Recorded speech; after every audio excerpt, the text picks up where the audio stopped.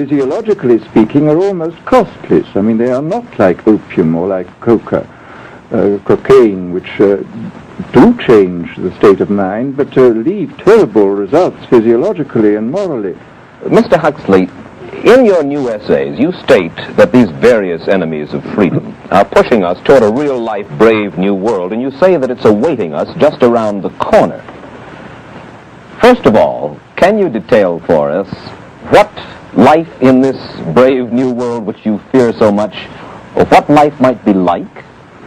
Well, to start with, I think this kind of the dictatorship of the future, I think will be very unlike the dictatorships which we've been familiar with in the immediate past. I mean, take another book prophesying the future, which was a very remarkable book, George Orwell's 1984. Mm-hmm. Well, this book was written at the height of the Stalinist regime and just after the Hitler regime. And there he foresaw a dictatorship using entirely the methods of terror, the methods of physical violence. Now, I think what is going to happen in the future is the dictators will find, as the old saying goes, that you can do everything with bayonets except sit on them. That if you want to preserve your power indefinitely, you have to get the consent of the ruled. And this they will do partly by drugs, as I foresaw in Brave New World, partly by these new techniques of propaganda. They will do it by bypassing the sort of rational side of man and appealing to his subconscious and his deeper emotions and his physiology even, and so making him actually love his slavery. I mean, I think this is the danger, that actually people may be in some ways happy under the new regime, but they will be happy in situations where they oughtn't to be happy. But let me ask you this. You're talking about a world that could take place within the confines of a totalitarian state. Let's become more immediate, more urgent about it. We believe, anyway, that we live in a democracy here in the United States. Do you believe that this brave new world that you talk about could, let's say in the next quarter century, the next century, could come here to our shores? I think it could. I mean, that's why I feel it's so extremely important here and now to start thinking about these problems, not to let ourselves be taken by surprise by the new advances in technology. I mean, for example, in regard to the use of the drugs, we know there's enough evidence now for us to be able, on the basis of this evidence and using a certain amount of creative imagination, to foresee the kind of uses which could be made by people of bad will with these things, and to attempt to forestall this. And in the same way, I think with these other methods of propaganda, we can foresee and we can do a good deal to forestall. I mean, after all, the price of freedom is eternal vigilance. You write in Enemies of Freedom, you write specifically about the United States. You say this, writing about American political campaigns. You say, all that is needed is money and a candidate who can be coached to look sincere.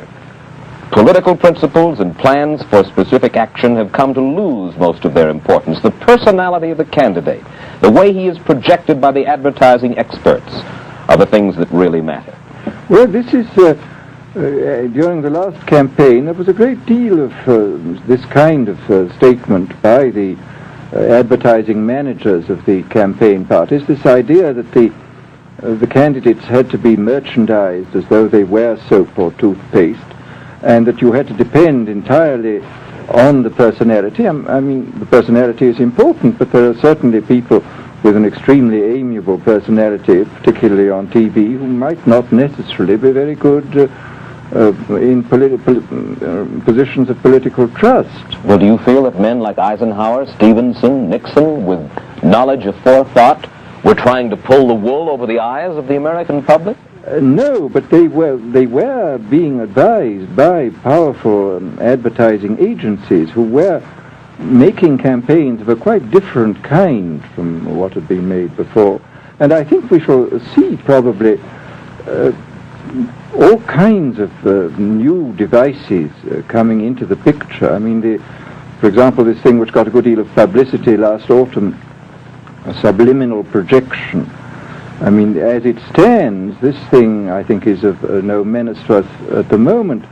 But I was talking the other day to one of the people who has done most experimental work in the psychological laboratory with this, who was saying precisely this, that it is not at the moment a danger, but once you've established a principle that something works, you can be absolutely sure that the technology of it is going to improve steadily. And his view of the subject was that, well, maybe they will use it to some extent in the 1960 campaign, but they will probably use it a good deal and much more effectively in the 1964 campaign, because this is the kind of rate at which technology advances. And we'll be persuaded to vote for a candidate that we do not know that we are being persuaded to vote for. Exactly. I mean, this is a rather alarming feature, that you're being persuaded below the level of choice and reason. In regard to advertising, which you mentioned just a little ago, in your writing, particularly in Enemies of Freedom, you attack Madison Avenue, which controls most of our television and radio advertising, newspaper advertising, and so forth. Why do you consistently attack the advertising agency? Well, no, I think that advertisement plays a very necessary role, but the danger, it seems to me, in a democracy is this. I mean, what does a democracy depend on? A democracy depends on the individual voter making an intelligent and rational choice for what he regards as his enlightened self-interest in any given circumstance. But what these people are doing, I mean, what both for their particular purposes for selling goods and the dictatorial propagandists are doing, is to try to bypass the rational side of man and to appeal directly to these unconscious forces below the surface, so that you are in a way making nonsense of the whole democratic procedure, which is based on conscious choice on rational grounds. Of course, well, maybe you have just answered this next question, because in your essay you write about television commercials, not just political commercials, but television commercials as such, and how, as you put it, today's children walk around singing beer commercials and toothpaste commercials, and then you link this phenomenon in some way with the dangers of a dictatorship. Now, could you spell out the connection, or how do you feel that you have done so sufficiently? Well, I mean, here, this whole question of children, I think, is a terribly important one, because children are quite clearly much more suggestible than the average grown-up. And again, suppose that that for one reason or another, all the propaganda was in the hands of one or very few agencies, you would have an extraordinarily powerful force playing on these children, who after all are going to grow up and be adults quite soon.